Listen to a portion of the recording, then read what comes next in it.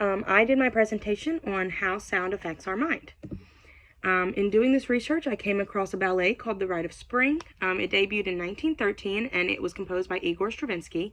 It had alleged riots, booing, and even missiles thrown because the music was so controversial.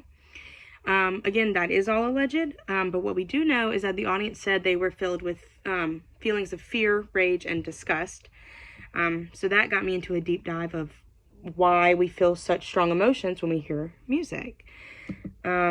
That brought me to Dr. Oliver Sacks, who wrote the book Musicophilia.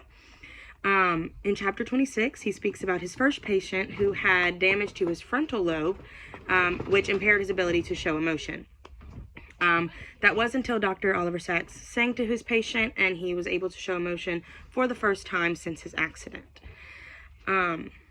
Which then got me thinking about how our brain works when we hear sound. So first we have our temporal lobe, which is the language comprehension center of the brain, and it helps us understand lyrics. So Wernicke's area is the first part of the temporal lobe we're going to talk about, which that is what helps us turn lyrics into phrases and stories in our mind. So that is how we understand lyrics. And then there's Broca's area, which gives us the ability to form words in everyday life, which is the reason that we are able to sing along with songs. Next is the amygdala. That is our emotional switchboard to our brain, and it processes and determines emotion in reaction to sound. So if you love a song, hate a song, if it makes you sad, calm, angry, just happy, that is thanks to your amygdala. Next, we have our frontal lobe, which is the planning and reasoning center of the brain. That is actually how certain genres that we like stems from the frontal lobe. So say you love rap music, hate country music, that is because of your frontal lobe. Next, we have the cerebellum, which triggers movement in response to music. It also manages muscle memory. So that is how come we can tap our feet to the music.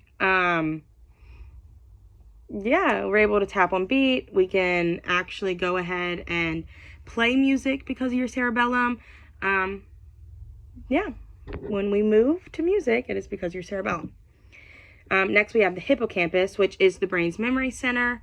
The hippocampus actually triggers long-term and short-term memory simultaneously. It also is tied to memories associated with similar triggers.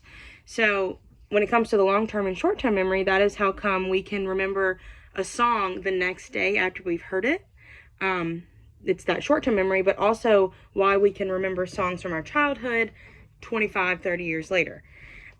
Because when we hear that song, the sound triggers our hippocampus to simultaneously trigger long and short-term memory. It is also tied to memories associated with similar triggers, like I said. So what that means is that's why when we hear certain songs, we associate them with the time of the year that we heard them for the first time, who we were with. We can remember what we were wearing, the smell of the area we were in when we first heard that song.